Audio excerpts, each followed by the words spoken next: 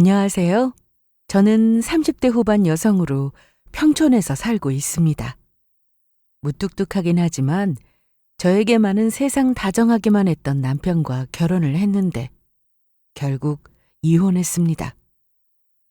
결혼 후 싸우지 않고 사는 부부가 얼마나 되겠어요? 저희도 결혼 후 정말 많이 싸웠습니다. 하지만 남편은 하루 종일 불만을 달고 사는 사람이었답니다. 예를 들면 내가 그걸 했어야 했는데 너 때문에 내가 못했잖아. 인생 한 방인데 언제 이래서 돈 모으냐. 거의 이런 식이었습니다. 뭔가를 해보고 저런 말을 하는 것도 아니고 아무것도 하지도 않으면서 다른 사람의 행운을 부러워하고 자신의 처지를 탓하기만 하는 그런 사람이었어요. 거기다 매주 로또를 사는데 동네 매장마다 돌면서 10만 원 가까이 사곤 했어요. 주말에만 이렇게 사는 줄 알았더니 평일에도 로또나 긁는 복권을 엄청나게 샀습니다. 제가 잔소리를 하면 내가 이거 당첨되면 너한테 주나 봐라. 이혼당하고 후회하지 말고 있을 때 잘해라. 이런 말을 하며 저를 무시하고 한방 노리는 삶을 살았습니다. 결정적으로 제가 이혼을 결심한 건 남편의 망나니 같은 언행 때문이었는데요. 툭하면 저에게 때리려고 손을 올리거나 폭언을 일삼았고 거기다 친정아빠한테 그렇게 막대하다가 돌아가시고 받을 재산이 생기자 사람이 180도 변하더라고요. 이런 사람과 남은 인생을 산다는 건 지옥이나 마찬가지였습니다. 그래서 본인이 잘못한 것에 대해서 처벌을 제대로 받게 해주었는데요. 지금부터 그 이야기를 시작해 볼 테니 잘 들어봐 주세요. 엄마는 제가 어릴 때부터 몸이 많이 안 좋으셨습니다. 누워만 계시는 모습을 참 많이 봤는데 그래도 아빠가 아주 잘 챙겨주셔서 주말이면 휠체어를 타고 셋이 밖에 나가 바람도 쐬고 그랬습니다. 제가 대학교에 들어가고 나서도 엄마는 늘 같은 모습이었는데요. 취업해서 월급 타면 엄마한테 좋은 선물도 사드려야지 생각했건만 엄마는 제가 대학교 2학년 때 돌아가셨습니다. 그렇게 아빠와 둘이 살게 되자 모든 게 달라졌습니다. 집 청소며 밥이며 늘 아빠가 해주셨지만 엄마가 이제 집에 안 계신다는 것만으로도 너무 슬펐어요. 그래서 저는 친구들이 부러웠습니다. 또 엄마 잔소리에 투정 부리는 친구들이 있으면 그런 투정조차 부럽더라고요. 그래서 계실 때 잘해드리라고 항상 얘기하는데 아무리 말해도 친구들은 잘 와닿지 않는 모양이었습니다. 엄마는 암으로 돌아가셨는데 긴 투병 생활로 몸이 말라서 제가 엄마 몸에 함부로 손을 대지도 못했어요. 혹시나 저 때문에 멍이라도 들면 어쩌나 싶었거든요. 중학교 때까지는 엄마의 추억이 참 많았습니다. 하지만 그 이후로는 엄마가 병원에 오래 계시다가 집에 와서 누워 계시게 되면서 그런 모습을 보며 자란 게 전부였습니다. 아빠는 외동딸인 저를 애지중지 키워주셨는데 엄마가 아프실 때도 그랬고 돌아가시고 나서도 언제나 저에게 한결같은 분이셨습니다. 수연아, 오늘 일찍 와. 고모 온다고 했으니까. 알았어. 퇴근하고 바로 올게. 그렇다고 너무 서둘러 나오지는 말고. 다녀올게. 저는 아빠 덕분에 좋은 대학도 들어갔고 졸업 후에는 번듯한 직장에 취업해 다니게 되었습니다. 그리고 직장인이 되고 나서는 남편도 만나게 되었어요. 무뚝뚝한 성격이라고 소개를 받았는데 저한테는 그런 모습은 잘 보이지 않았습니다. 애교가 많은 그런 성격은 아니었지만 잘 챙겨주고 다정한 면을 많이 봤는데 잠깐만 자기야. 왜? 자기 신발끈 풀렸네. 내가 묶어줄게. 그러더니 길바닥에 무릎을 꿇고 제 신발끈을 묶어줬습니다. 이런 일 말고도 남편은 매너가 몸에 배어있는 사람이었어요. 술자리를 좋아하는 남편이었는데 저와 둘이 술을 마시는 날은 저를 데려다 줘야 한다면서 많이 마셔봤자 딱 한 잔이었고 자기가 취하면 안 되니까 어떻게든 술을 안 마셨습니다. 인사성도 참 바르다고 생각했는데 어쩌다 아빠와 통화를 하게 된 적이 있었어요. 얼굴이 보이는 것도 아니었는데 제 전화를 건네봤더니 갑자기 90도로 인사를 하더라고요. 네, 아버님. 안녕하세요. 수연이 남자친구 김건우라고 합니다. 네네. 수연이랑 잘 만나고 있어요. 지금은 밥 먹고 커피 한잔하러 가는 길입니다. 아이, 그럼요. 걱정 마세요. 네. 뭐 그렇게까지 인사해? 그래도 매너가 그게 아니지. 아빠가 뭘 하셔? 아, 너무 늦게까지 있지 말고 일찍 들여보내라고. 그래서 알겠다고 했어. 아빠는 고등학교 때 제가 학원에서 늦게 끝나 집에 가는 날은 꼭 큰 길까지 나와서 저를 기다리셨습니다. 그런데 제가 성인이 되고 나서도 여전히 늘 저를 걱정하셨죠. 몇 번 남자친구와 통화를 하고 궁금하다고 하셔서 집에도 데려갔는데 아빠는 듬직하니 마음에 든다며 앞으로 잘해주라는 말씀을 하셨어요. 그리고 만난 지 3년 정도 되었을 때 양가 큰 반대 없이 저희는 결혼을 했습니다. 시댁은 어머님만 계셔서 저희 집 사정과 비슷한 편이었는데 어머님은 저에게 잘해주셨어요. 곱게 커서 이런 집에 시집 오게 해서 미안하다는 말씀도 하셨는데 사실 저는 그런 생각을 해본 적이 없었습니다. 저희 집도 그렇게 넉넉한 편은 아니었고 남편이나 저나 서로 좋아서 한 결혼이었으니까요. 암튼 결혼 후 저희는 별 문제 없이 잘 지냈습니다. 그런데 남편은 돈 욕심이 좀 많은 사람이었습니다. 연애 시절 자기는 열심히 돈 모아서 나중에 마당 있는 집도 짓고 그렇게 살고 싶다고 한 적이 있었는데 그때는 목표를 가지고 사는 사람이라 생각했어요. 저를 만날 때도 뭘 할지 미리 계획을 세워서 나올 때가 많았으니까요. 그런데 그게 아니었습니다. 저는 가만히 있는데 스스로 잘 나가는 유명인들과 비교하며 매일 투덜거리는 게 일상이었습니다. 주말에 둘이 마트에 가서 장이라도 보는 날이면 잘 따라 나서긴 했지만 마트에 도착해서부터 잔소리를 시작하는데 제가 가격 비교를 하고 물건을 고르는 걸 보고는 궁성이다. 그냥 사. 이게 왜 궁상이야? 가격 비교하고 사는 게 당연한 거지. 그게 얼마나 차이 난다고 그래? 그래도 잘 보고 사면 돈 아끼고 좋지 뭐. 결혼 초에는 알뜰하다며 좋아해놓고 제가 가격 비교를 하고 있으면 궁상을 떤다는 말을 했습니다. 사실 저희가 하고 싶은 거하고 사고 싶은 거 마음껏 살 정도의 형편은 아니었어요. 물론 맞벌이를 하고 있었지만 대출을 받아 집을 샀기 때문에 월급을 받으면 대출금을 갚고 저축도 해야 해서 정해진 생활비 안에서 쓰려고 노력했습니다. 하지만 남편은 저의 그런 모습을 보고는 그렇게 살아서 어느 세월에 돈 모아. 인생 한 방인데. 잠깐만. 어디가? 잠깐만.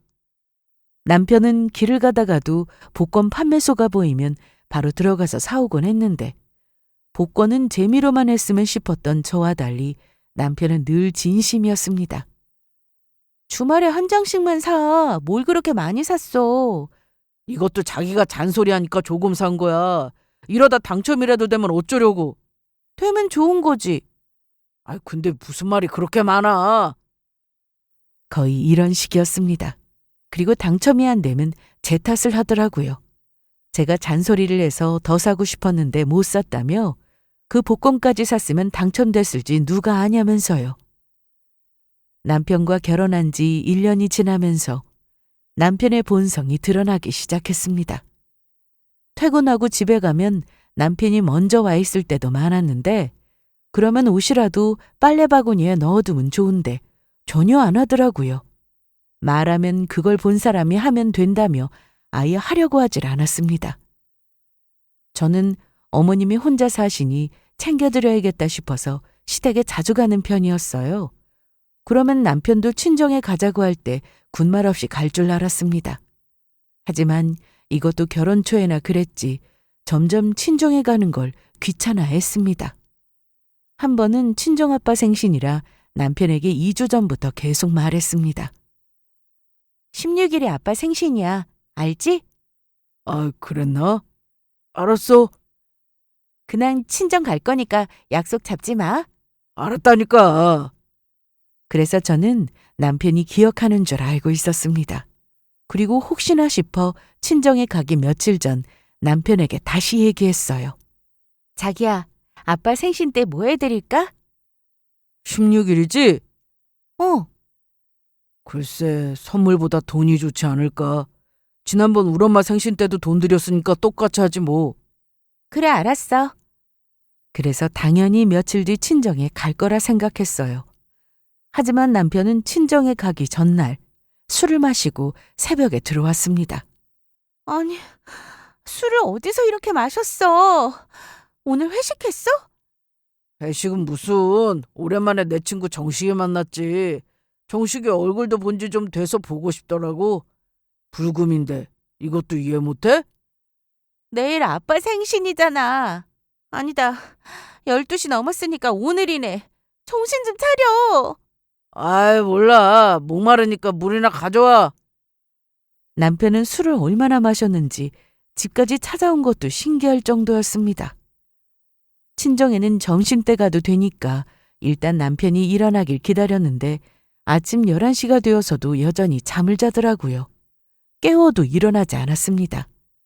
결국 친정엔 저 혼자 갔어요. 아빠 생신인데 가족이라고는 저 하나뿐이라 사이까지 와서 생신을 축하해드리면 얼마나 좋아요. 남편이 너무 미웠습니다. 김서방은 같이 안 왔어? 전날 야근해서 피곤한지 자더라고. 그냥 안 깨우고 왔어. 잘했다. 생일이야 내년에도 있는데 올해는 우리 딸하고 둘이서 데이트나 해야겠다. 그래도 아빠 표정이 밝은 것 같아 좋았습니다. 결혼 전 저는 아빠와 이것저것 참 많이 하고 살았어요. 특히 제가 쇼핑하는 걸 좋아해서 아빠와 백화점도 같이 가고 동대문이나 남대문도 저를 많이 데리고 다니셨습니다. 오랜만에 아빠와 둘이 나왔더니 좋더라고요. 제가 미리 예약해둔 식당에서 맛있게 밥도 먹고 백화점 가서 아빠한테 옷 한 벌도 사드렸습니다. 남편과는 이번 일로 며칠 좀 냉전이었습니다. 저라면 미안하다는 말 한마디 정도는 했을 텐데 남편은 전혀 그럴 마음이 없어 보였어요. 제가 친정에 갔다가 집에 오니 저녁 시간이었는데 들어와 보니 남편은 저를 보고는 어딜 갔다 이제 왔냐며 밥을 차리라고 했습니다. 배고파. 왜 이제 와? 뭐? 배고프다고. 얼른 밥 좀 해. 오늘 아빠 생신이잖아. 그런데. 뭐? 그런데? 그게 뭐? 너 혼자 다녀왔으면 됐잖아. 이렇게 늦게 들어올 거면 뭐라도 사오지 빈손으로 왔어? 됐다. 당신이랑 무슨 말을 해. 그래, 얘기는 됐고 밥 해 빨리. 밥솥에 밥 있는데 퍼서 먹는 거 어려워? 밥 있었어? 난 몰랐지. 그럼 차려봐. 당신이 차려 먹어. 남편은 술 마시고 늦게까지 놀고 와놓고 밥도 안 차려준다고 또 투덜거렸습니다. 처음에는 그냥 이 정도였어요. 부부가 살면서 서로 싫은 소리 한 번 안 하고 어떻게 살겠어요. 그래서 남들도 다 이렇게 산다고 생각했습니다. 남편이 이러다가도 또 잘할 때도 많았으니까요. 하지만 이게 시작이었고 저한테 함부로 하는 건 점점 더 심해졌습니다. 남편은 중소기업을 다니고 있었는데 월급은 많지 않아도 성실하게 다녔어요. 그런데 결혼하고 언젠가부터 회사에 불만이 많아졌고 퇴근 후 집에 오면 회사 욕부터 시작해서 같이 일하는 직원들 욕까지 했습니다. 저도 회사에서 일하고 집에 오면 피곤해서 쉬고 싶은데 좋은 얘기도 아니고 남 욕하는 얘기를 듣고 싶겠어요? 그리고 들어보면 그렇게 욕할 만한 일도 아니었습니다. 단순히 남편은 자기가 기분이 좀 상했고 상대가 그걸 몰라준다는 내용이 전부였습니다. 그리고 월급도 쥐꼬리만큼 주는 회사라며 회사에 대해 나쁘게 말하기 시작했는데 자기야, 그럼 이직해보는 건 어때? 이직? 당신 경력도 좀 있으니까 조건 좋은 회사 알아봐서 이직 준비해보자. 그렇게 회사에 불만이 많으면 자기도 힘들고. 야, 말이 되는 소리를 해. 내가 무슨 이직이야. 이 나이에 누가 나를 받아주냐? 아직 30대야. 충분히 가능하지. 얘가 또 현실성 없는 얘기하래. 먼저 말을 걸어놓고 항상 이런 식으로 짜증을 냈습니다. 그리고 늘 제 탓을 하던 남편이었는데요. 신혼집은 제가 다니던 직장에서 가까운 쪽으로 얻었습니다. 그래봤자 남편 회사에서도 멀지 않았습니다. 결혼 전 남편이 먼저 그러자고 해서 결정된 거였는데 남편은 차도 있어서 자기든 어디든 상관없다고 해놓고 결혼하고 나서 매일 출퇴근이 피곤하다며 제 탓을 했죠. 저는 회사에서 무슨 일이 있어도 집에 오면 남편에게 안 좋은 감정이 전해지는 게 싫어서 티를 안 내는 편이었습니다. 하지만 남편은 아니었어요. 집에 들어오는 순간부터 짜증을 냈습니다. 아, 너 때문에 매일 퇴근길에 차가 막혀 짜증나. 오늘 많이 막혔어? 오늘이 뭐야? 매일 막히는데. 피곤할 텐데 얼른 씻고 쉬어. 그래도 집에 와서 저도 쉬고 싶으니 싸우기 싫어서 최대한 남편의 기분을 맞춰주는 편이었는데 주변에서 누가 집을 샀다고 하거나 산 집이 올라서 팔고 돈을 벌었다는 얘기를 들으면 배 아파하곤 했습니다. 내가 그 집을 샀어야 됐는데. 아이.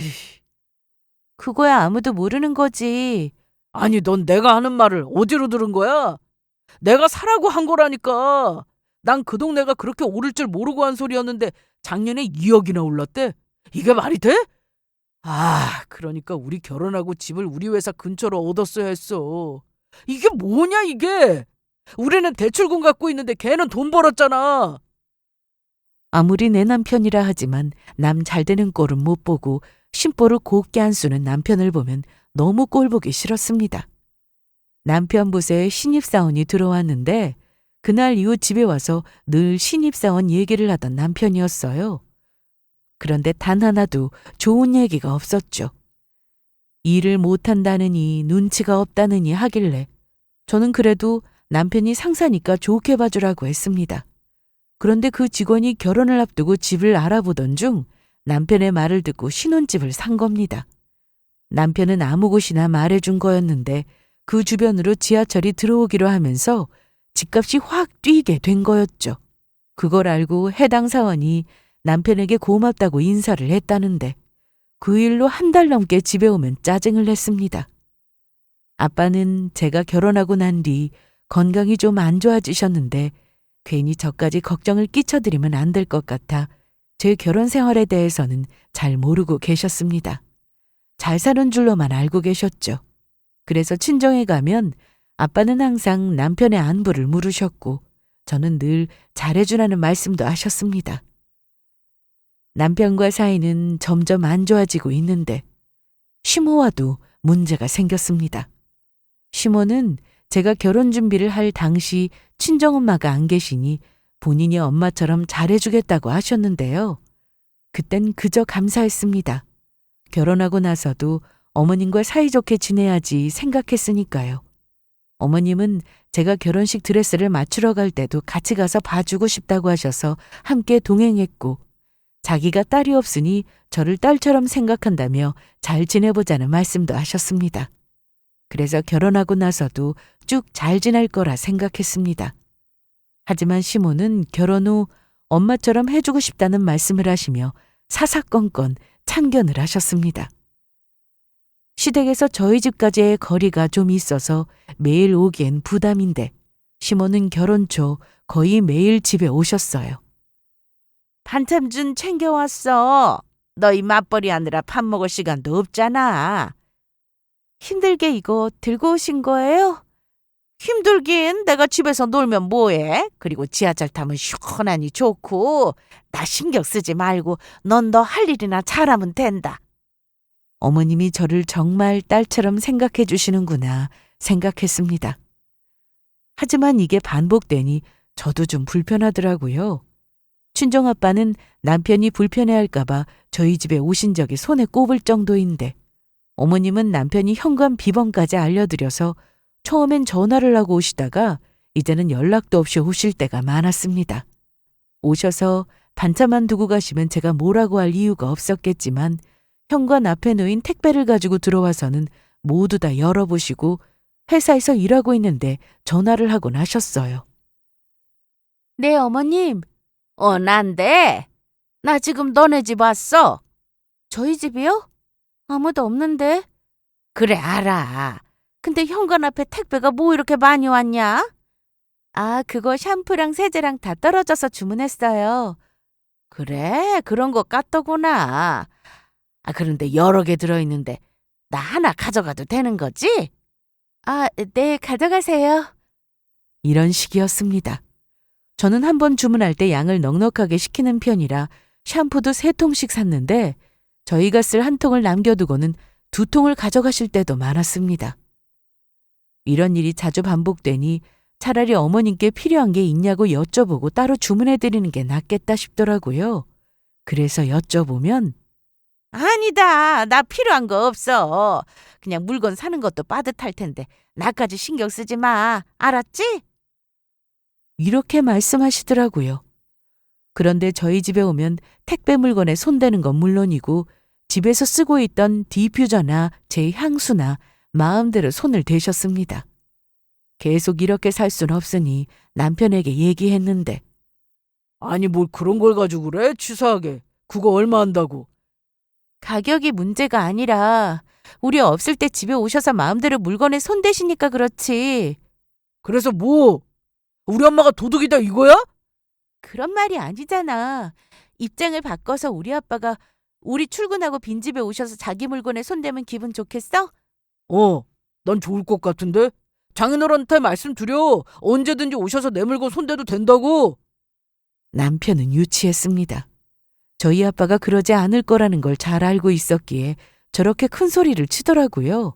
그게 더 짜증이 났습니다. 그리고 남편은 결혼 후 말투가 많이 거칠어졌는데 특히 운전을 할 때면 살면서 한 번도 들어보지 못한 그런 욕을 했습니다. 갑자기 차가 끼어들어서 위험한 상황에 자기도 모르게 나온 욕이면 제가 이해하죠. 그런데 그게 아니라 라디오를 들으면서 어떤 사연이 나오면 그 얘기를 듣고도 쌍욕을 했고 비싼 차가 앞으로 지나가면 그 차를 보면서도 욕을 했습니다. 문제는 집에서 둘이 있을 때 서로 대화를 하고 있지 않은 상황인데도 갑자기 기분 나쁜 일이 떠올랐는지 다짜고짜 따지고 욕을 한다는 점이었어요. 한 번은 시댁에 가서 어머님 앞에서 남편이 욕을 한 적도 있었는데 그때 어머님은 혼을 내기보다 자기 아들을 감싸기에만 급급했습니다. 그리고 어머님은 늘 저에게 이런 문자를 보내셨는데 우리 건우가 어릴 때부터 아빠 없이 자라서 그래. 네가 가엾게 여겨줘. 큰아들 키운다 생각하고 그렇게 살아. 알았지? 부모 이야기가 나오면 괜히 저도 마음이 약해졌습니다. 저도 엄마가 돌아가시고 안 계시니 남편도 아버님의 부재로 결핍이 있는 건가 싶었으니까요. 하지만 아무리 그렇다 해도 남편의 언행에는 문제가 많았습니다. 친정오빠가 몸이 너무 안 좋아지시면서 병원에 입원도 여러 차례 하셨는데 한 번을 면회도 안 오고 몸이 어떠신지 묻지도 않았으니까요. 남편은 자기가 기분이 좋은 날에는 설거지도 하고 시키는 건 또 잘했습니다. 그런데 그놈의 욱하는 성질이 문제였어요. 잘 나가다가 다른 사람 얘기가 나오면 신경질을 부렸습니다. 여보세요? 그래. 정말 좋겠네. 그럼 가서 언제 오는 거야? 그래, 난 괜찮아. 다녀와서 보자. 누구야? 내 친구 은미. 다음 주에 보기로 했는데 갑자기 유럽으로 가족여행을 가게 됐다고 해서 다녀와서 보자고 그러네. 유럽? 어. 그 집이 그렇게 여유가 있었나? 아니, 결혼하고 남편이 사업한다고 하면서 문제가 좀 있긴 했는데 요즘 잘 풀렸나 봐. 그래? 혹시 빚내서 여행 가는 거 아니야? 요즘 개나소나 해외여행 가던데 그거 다 빚이라던데? 빚을 내서 가든 자기 돈으로 가든 그 집에서 알아서 하겠지. 혹시 자기도 가고 싶어? 여행 가면 좋지. 야, 부러워할 걸 해라. 누가 부럽대? 얼굴이 부러워하는 눈치인데. 남편이 또 말도 안 되는 억지를 부리길래 싸우기 싫어서 그만하라고 했는데 뭐가 그렇게 마음에 안 드는지 성질을 부렸습니다. 저도 화가 났지만 똑같이 하고 싶지 않아서 계속 좋게 말했는데 이번엔 물건을 던지더라고요. 술 먹고 취해서 그런 거라면 술 때문이라고 생각할 수도 있겠지만 남편은 맨정신이었습니다. 가지고 있던 핸드폰을 휙 던져서 현관 유리가 박살이 났는데 남편은 그저 평온했습니다. 뭐 하는 거야, 지금? 그러길래 남의 속을 긁냐? 현관 바닥에 유리가 가득했는데 남편은 치우지도 않고 나갔습니다. 그리고 밤늦게나 되어서 들어왔는데 술을 마시고 들어와 씻지도 않고 작은 방으로 들어갔습니다. 저는 말도 걸기 싫어서 무시할까 했는데 낮에 남편이 한 행동이 너무 어이가 없고 화가 나서 작은 방 문을 열었습니다. 그런데 남편이 잠이 들었더라고요. 자세히 보니 옆에 종이가 가득했는데 보니까 로또와 즉석 복권이었습니다. 남편은 늘 일확천금을 꿈꿨는데 5만 원어치 복권을 사서 모두 꽝일 때가 많았으며 어쩌다 5천 원이라도 당첨이 되면 세상을 다 가진 듯 그날 하루는 내내 싱글벙글하던 사람이었어요. 연애 때는 제 앞에서 복권을 사본 적도 얘기한 적도 없어서 전혀 몰랐습니다. 하지만 남편은 거의 중독 수준이었습니다. 무슨 얘기를 하다 보면 끝은 항상 복권이었어요. 복권 사서 당첨만 되면 집도 사고 수입차도 사고 거의 이런 식이었습니다. 재미로 복권을 사는 거라면 괜찮습니다. 하지만 남편은 복권을 사는데 너무 많은 돈을 썼고 시간도 허비하는 편이었어요. 주말에 집에 같이 있는데도 조용하니 눈에 안 보이면 작은 방에서 혼자 복권을 긁고 있었습니다. 남편이 외출했을 때 작은 방에 있는 책상 서랍을 열어봤더니 다 긁은 복권으로 가득했고 가방 안에는 새로 산 복권이 늘 들어 있었습니다. 이 정도면 거의 병이다 싶어서 남편에게 그만 사라고 해봤지만 돌아오는 건 욕이었어요. 네가 뭔데 참견하느냐며 온갖 욕을 해댔는데 너 나한테 이렇게 하면 나중에 나 1등 당첨됐을 때 너한테 1원 하나 주고 싶겠냐? 필요 없어. 너 분명히 네 입으로 필요 없다고 했다. 당신 다 가져. 그러니까 적당히 좀 해. 이게 뭐야? 일주일에 한 장, 두 장 사서 당첨될 거라고 보냐? 한 번에 많이 사야 당첨 확률도 올라가는 거라고. 아우, 이걸 그냥 뭘 알고 떠들어야지. 돈이 좀 없어도 남편과 화목하게 살 수 있었다면 저는 불만도 없었을 겁니다. 하지만 남편은 너무 심했어요. 욕을 하는 건 기본이었고 직접 제 몸에 손을 대지는 않았지만 손을 올려서 때리라는 신용을 할 때가 많았습니다. 제가 더 화가 나는 건 저와 둘이 마트를 가거나 쇼핑몰에 가면 사람들이 보든 말든 자기 하고 싶은 대로 한다는 점이었습니다. 기분이 나쁘면 그냥 길 한복판에서도 크게 신경질을 부렸고 커피숍에서도 사람들 쳐다보든 말든 있는 대로 화를 내고 나가버렸으니 말 다 했죠. 그런데 지인들이 있는 곳에서는 저와 사이좋은 척을 했는데 정말 가식적이었습니다. 특히 부부 동반 모임이 있어서 나갔다가 지인들이 자기들 사는 얘기나 또 뭘 샀다고 자랑을 하기라도 하면 그 앞에서는 아무 말도 못했어요. 저희 이번에 차 바꿨는데 너무 좋더라고요. 어머, 좋으시겠다. 수연 씨도 알죠? 저희 차 15년 탄 거. 알죠. 잘 바꾸셨어요. 요즘 10년만 타도 오래 탔다고 하는데. 맞아요. 우리 남편이 너무 아끼는 사람이라 차 바꾸는 것도 15년이 걸렸네요. 남편은 그때 아무 말도 안 하고 가만히 있다가 집에 가는 차 안에서 욕을 하기 시작했습니다. 아니, 누구는 차 바꿀 돈 없는 줄 아나. 모임에 와서 차 바꿨네, 이사를 갔네, 이딴 소리는 왜 하는 거야? 그만하고 운전해. 하고 있잖아. 넌 뭐가 또 그렇게 부럽다고 그 앞에서 좋겠네요. 호호 거리냐? 그럼 거기서 뭐라고 해야 하는데. 그리고 그냥 아는 사람도 아니고 결혼 전부터 쭉 만났던 당신 친구 부부인데 당신은 대체 왜 그래? 짜증나. 왜 그런 복이 없지? 나도 이 정도면 열심히 살았는데 복권 당첨은 진작 됐어야 하는 거 아닌가? 이놈의 차는 바꾸고 싶어도 고장도 안 나고. 정말 진절머리가 났습니다. 남편과 대화를 하면 저까지 기분이 나빠지더라고요. 세상에 온통 불만으로 가득한 사람이라 제가 무슨 말을 해도 있는 그대로 받아들일 줄 몰랐습니다.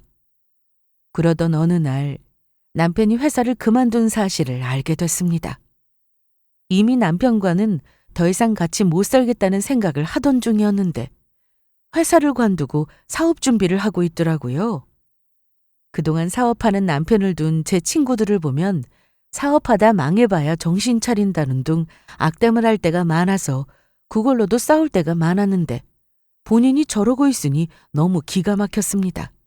그런데 제가 더 기가 막혔던 건 남편이 사업을 같이 하려고 하는 사람 때문이었습니다. 사업을 해본 사람도 아니고 지인도 아니고 남편의 술친구였어요. 저는 친정아빠 몸 상태가 안 좋아지신 이후로 친정에 자주 가게 되면서 남편에 대해 신경을 많이 못 썼는데 평소에는 저보다 먼저 출근하던 사람이 느긋하게 커피나 마시고 있길래 출근 안 해? 나 회사 그만뒀어. 뭐? 늦겠다. 얼른 가. 이따 얘기하자. 출근을 해야 해서 일단 나오긴 했는데 이날 회사에 나와서 점심시간 때 남편에게 전화를 했더니 사업한다고 회사를 그만뒀다는 얘기를 했습니다. 아니, 말도 없이 회사를 그만뒀다고? 지금 말하잖아. 그리고 나도 다 계획이 있어서 그래. 그러면서 한다는 말이 인생은 한 방이라는 말이었습니다. 자기도 사업해서 대박이 나면 좋은 집도 사고 좋은 차도 살 거라고 큰 소리를 치더라고요. 친정아빠는 지병 때문에 병원을 자주 가셔야 했는데 남편은 아빠에 대해 아무것도 묻지 않았습니다. 제가 아빠의 몸 상태가 어떻다고 말을 해도 듣는 둥 마는 둥 했고 심지어 아픈 사람 얘기를 들으면 우울해진다며 자기 앞에서는 하지 말라고 하는데 그 말을 듣는 순간 사람이 맞나 싶었습니다. 그렇게 돈 많은 사람들 보면서 욕하고 특히 부자들 보고 자기도 부자로 한번 살아보고 싶다는 말을 참 많이 하더군요. 그러던 어느 날 저는 남편 핸드폰을 우연히 보게 되면서 남편이 누구와 사업을 준비하는지 알게 됐습니다. 그리고 그 사람과 어떤 사이인지도 알게 되었고요. 이미 남편의 폭언에 지친 저는 이혼 준비를 하던 중이었는데 무슨 사고를 저렇게 많이 쳐놨는지 하루빨리 이혼만이 답이라고 생각했습니다. 아빠는 당뇨 합병증으로 병원에서 몸이 많이 안 좋은 상태였습니다. 그러니 병원에 들릴 때가 많았는데 남편은 그걸 알면서도 퇴근하고 집에 제가 없다며 그걸 가지고도 트집을 잡아 짜증을 냈습니다. 야, 넌 지금 시간이 몇 시냐? 왜 그렇게 늦지도 않았는데. 그리고 아빠 병원에 있다가 오는 길이야. 내 셔츠 어딨어? 무슨 셔츠? 하늘색 있잖아. 카라만 흰색인 거. 그거 세탁소에서 아직 안 찾아왔냐? 옷장 안에 있잖아. 안 보이던데? 저는 화가 났지만 꾹 참고 안방으로 가서 옷걸이에 걸린 그대로 셔츠를 들고 나왔습니다. 자, 여기. 너 지금 던졌냐? 뭘 던져? 소파 위에 둔 거잖아. 아니 그런데 왜 한숨은 쉬어? 내가 못 찾을 수도 있는 거지. 그러길래 집에 좀 제때 와서 내가 해달라는 거 해주면 좀 좋아? 무슨 애가 툭하면 병원에 간다고 하고 늦게 들어오고. 너 설마 누구 있냐? 병원 간다고 해놓고 바람이라도 피우는 거 아니야?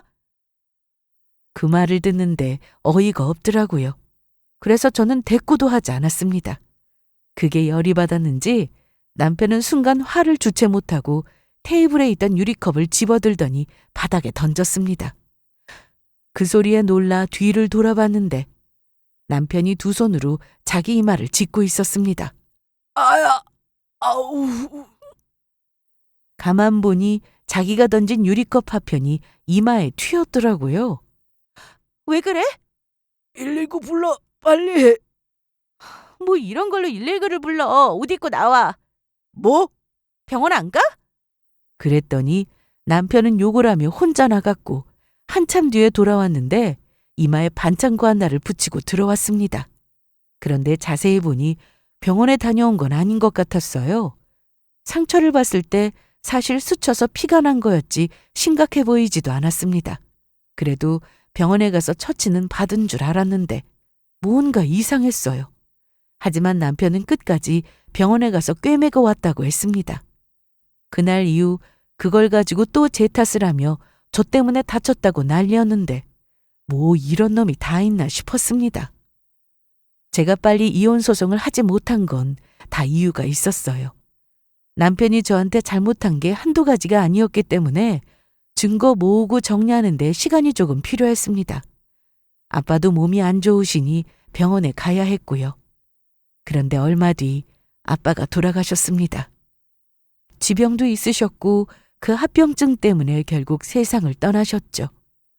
병원에서는 이미 마음의 준비를 하라고 전부터 얘기했지만 막상 아빠가 돌아가시고 나니 믿어지지 않았습니다.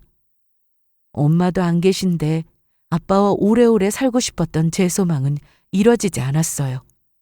남편은 아빠의 장례식장에서도 표정이 굳어 있었습니다.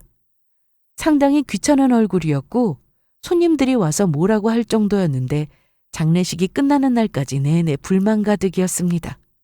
저는 아빠 장례가 끝나고 나면 바로 이혼할 생각을 하고 있었습니다. 그런데 남편은 180도 다른 모습을 보였습니다. 자기야, 왔어? 왜 이렇게 늦었어? 피곤하지? 내가 저녁 좀 했는데 어떤가 모르겠네? 뭐 하는 거야? 너 저녁 먹고 왔는데?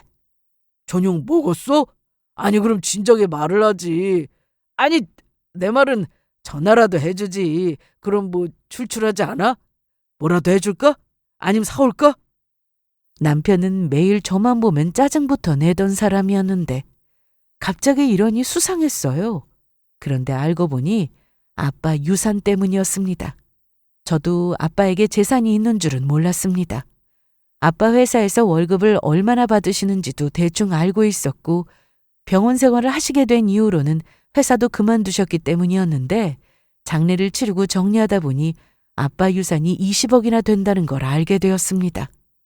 혹시나 이게 정말 맞는 건지 여러 번 확인했는데 맞더라고요.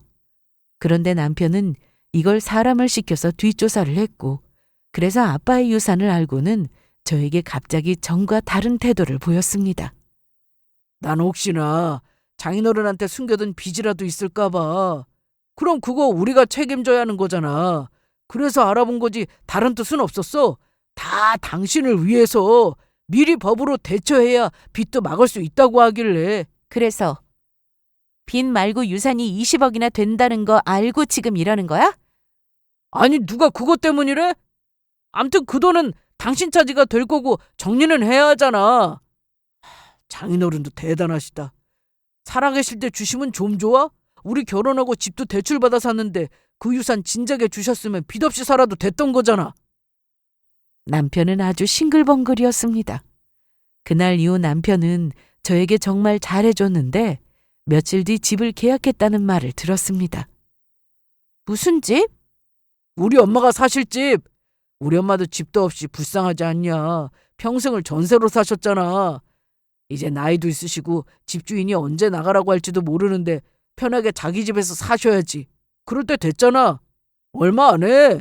내가 일부러 싼 곳으로 알아봤어. 6억이래. 괜찮지? 엄마 사시던 집 바로 뒤에 그 아파트. 그 돈으로 이렇게 좋은 일 했으면 장인어른도 좋아하실걸? 남편은 무슨 생각인지 이미 아파트 계약금을 보낸 상태라고 했습니다. 그리고는 자기가 사업하는데 마침 돈도 부족했다면서 사업자금으로 쓸 돈도 좀 해달라고 했습니다.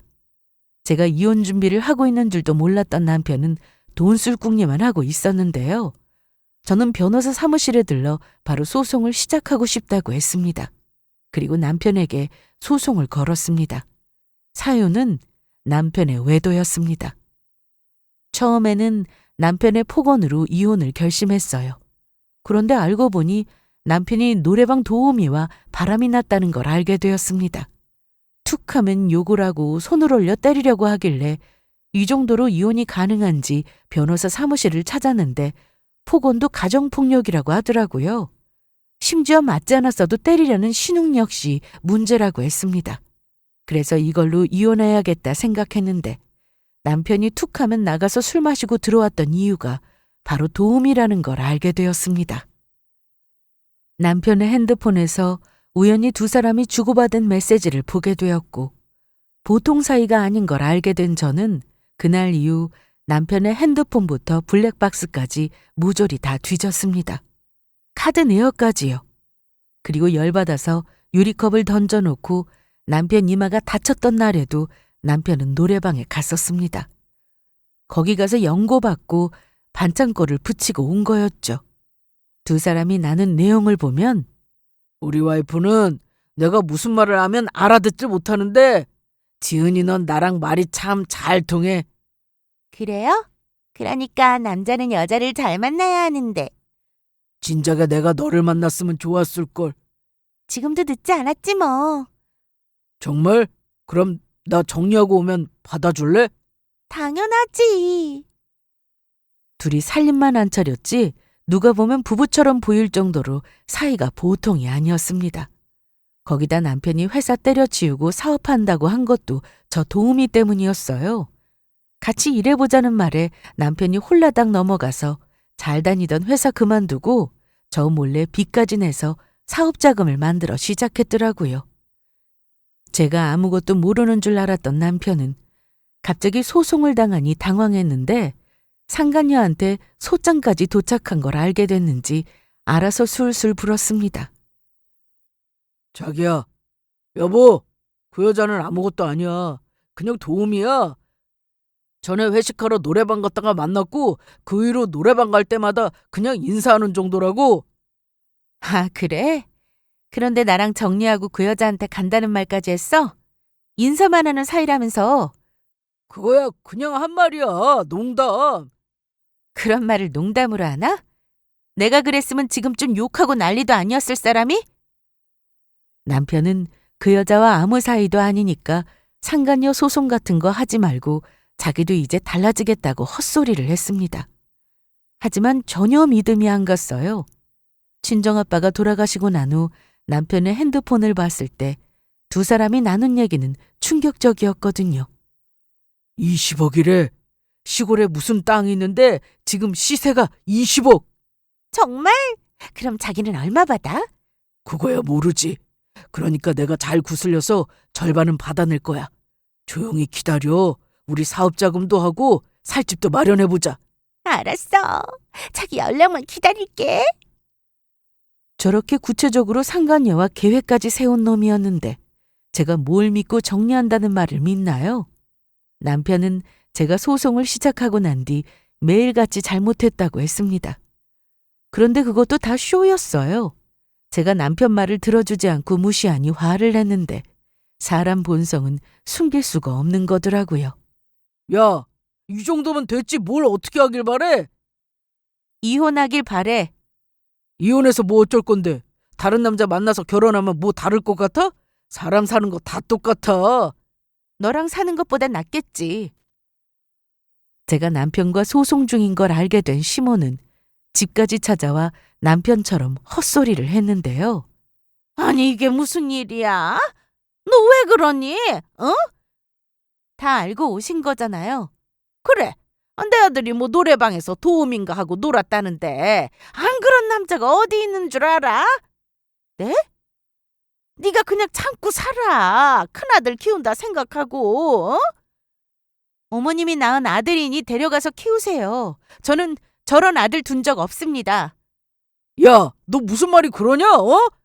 바로 말했는데 왜? 그래도 시어머니야. 말 좀 가려해라. 그걸 아는 놈이 여태 그렇게 망나니처럼 살았냐? 뭐? 우리 아빠는 너한테 장인어른이었어. 그런데 아빠 생신 때도 술이나 처먹고 들어와서 정신 못 차리고.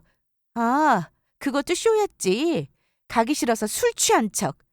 네 핸드폰에 네 친구랑 주고받은 내용 보니까 다 나오더라. 그리고 아빠가 몸이 안 좋으셔서 병원에 계신데 빈말이라도 좀 어떠냐고 물어야 정상 아니야? 넌 뭐라고 했더라? 아빠 얘기 꺼내면 아픈 사람 얘기하지 말라고? 병원비도 알아서 해결하라고 그랬지? 그래놓고 아빠가 남긴 재산은 쓰고 싶어? 아니 그거 입 다물어. 그리고 네가 벌인 일은 네가 해결해. 사업한다는 것도 나한테 상의 한마디 없었고 사업자금 마련한다고 저축은행에서 돈도 빌렸던데 그 돈 네가 해결해라. 그건 아니지. 나도 살아보려고 빚까지 내서 사업 시작한 건데. 아, 그래? 누구랑? 당연히 너랑. 웃기지 마. 여기 이렇게 증거가 넘치는데 나랑 잘 살아보려고 그랬다고? 야, 하늘에서 장인어른이 우리 이렇게 사는 거 보고 뭐라 하시겠냐? 어? 뭘 뭐라 해. 아빠가 너랑 이혼한다고 좋아하실걸? 저는 상간녀와 주고받은 내역을 따로 프린트까지 해서 해두었는데 그걸 보여주면서 어디 더 떠들어 보라고 했습니다. 시몬은 분위기가 이상하게 흘러가는 것 같았는지 남편 머리를 쥐어박으며 잘못했다고 무릎이라도 꿇으라 했는데 저는 용서할 마음이 조금도 없었습니다. 결국 소송은 계속 진행이 되었고 남편과 저는 그렇게 이혼을 하게 되었습니다. 결혼과 달리 이혼은 진흙탕 싸움이라고 들었는데 해보니 정말 그렇더라고요.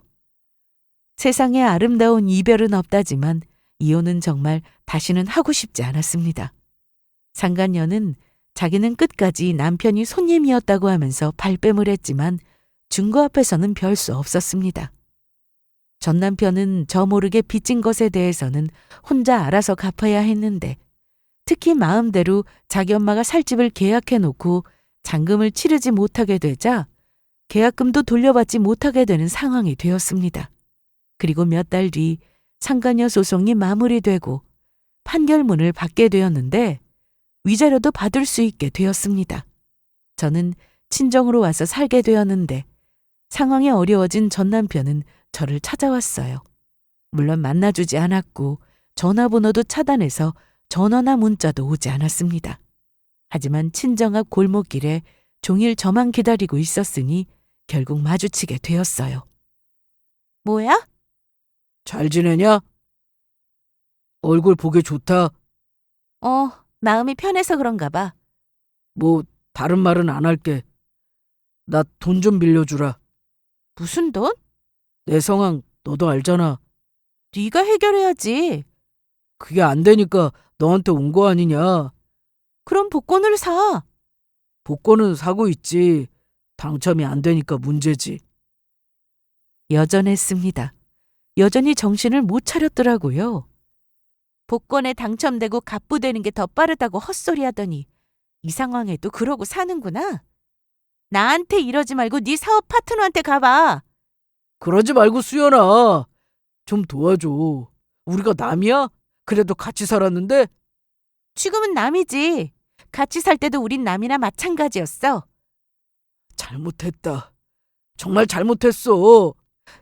내가 뭐 차용증이라도 써? 아니? 너한텐 1원 하나 줄 돈 없으니까 그만 가봐.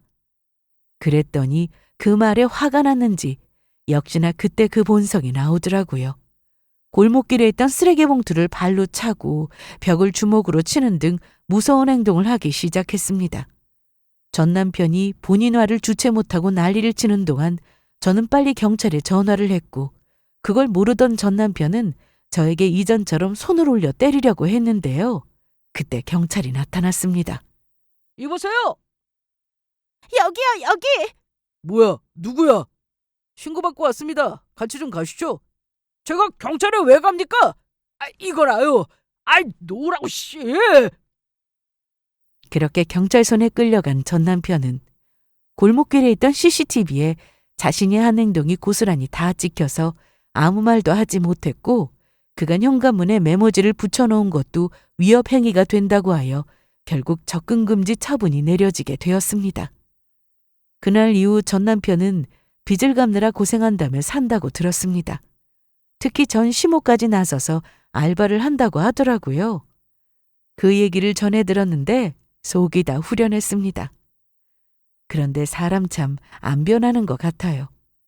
전 남편의 지인이 저와도 겹쳐져 건너 얘기를 들었는데 한 번의 빚을 갚기 위해 여전히 복권에서 벗어나지 못했다고 합니다. 매일 일 마치면 복권을 사와서 긁고 산다는데 평생 저러고 살겠다 싶었어요. 저는 요즘 아주 마음 편히 살고 있습니다. 원래 한 달에 한두 번 정도는 저도 복권을 샀는데 전 남편 때문에 복권이라면 지긋지긋합니다. 행운이라는 건 대놓고 바라기보다 묵묵히 열심히 살다 보면 찾아오는 게 아닐까 싶어요. 그래서 저도 큰 욕심 없이 지금의 삶에 만족하며 지내고 있어요. 여러분들도 그렇게 살다 보면 좋은 일이 찾아오시리라 믿습니다. 그럼 제 사연은 여기서 마칠게요. 들어주셔서 감사합니다.